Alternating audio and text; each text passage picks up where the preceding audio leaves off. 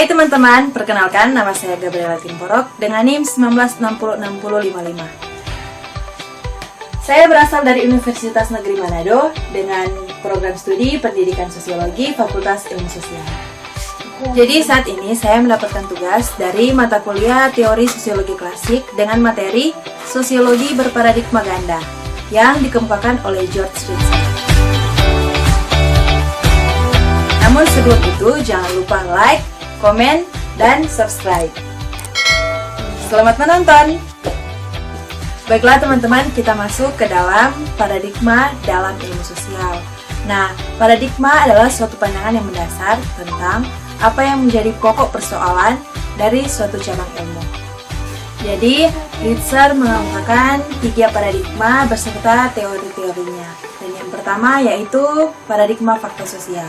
Dalam paradigma ini, terdapat sesuatu di luar diri kita yang mampu memaksa diri kita untuk melakukan sesuatu agar dapat berperilaku sesuai dengan apa yang ada di luar diri kita sendiri. Dan itu menjadi perilaku seseorang yang dapat dikontrol.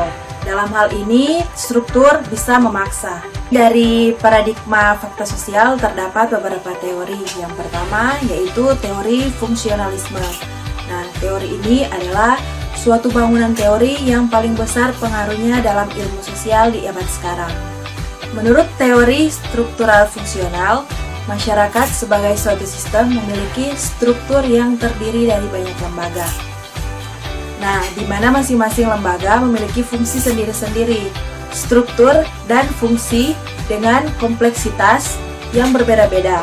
Ada pada setiap masyarakat, baik masyarakat modern maupun masyarakat primitif. Dan teori yang kedua yaitu teori konflik. Nah, teori konflik dibangun dalam rangka untuk menentang secara langsung terhadap teori fungsionalisme. Yang ketiga yaitu teori sistem. Nah, teori ini dipetakan oleh George Ritzer pada paradigma fakta sosial.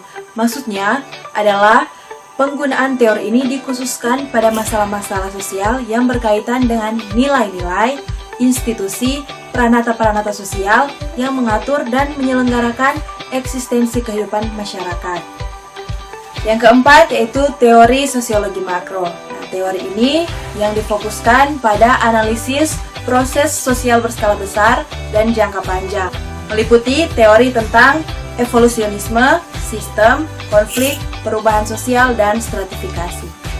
Dan yang kedua yaitu paradigma definisi sosial. Paradigma ini bercicirkan interaksi dengan norma sehingga menimbulkan makna dan perilaku yang bersifat kontinu. Selain itu, dalam paradigma ini selalu melihat hal-hal yang khusus. Dan dalam paradigma definisi sosial terdapat beberapa teori, yaitu teori pertama, teori tindakan.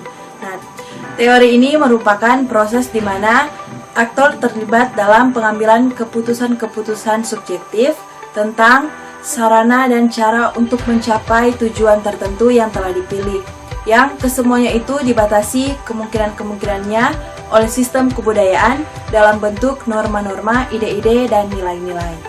And the last one, paradigma perilaku sosial. Nah, paradigma ini mengarahkan pendekatannya pada psikologi, di mana Skinner mencoba menerjemahkan prinsip-prinsip psikologi aliran behaviorisme ke dalam sosiologi.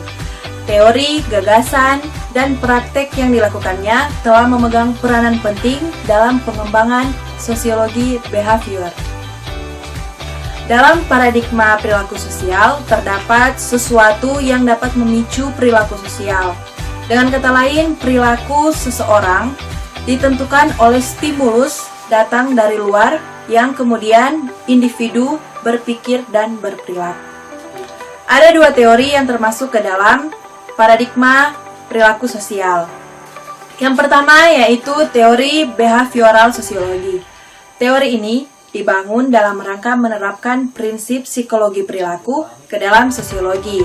Teori ini memusatkan perhatiannya kepada hubungan antara akibat dari tingkah laku yang terjadi di dalam lingkungan aktor dengan tingkah laku aktor. Yang kedua yaitu teori exchange. Teori ini dibangun dengan maksud sebagai reaksi terhadap paradigma fakta sosial.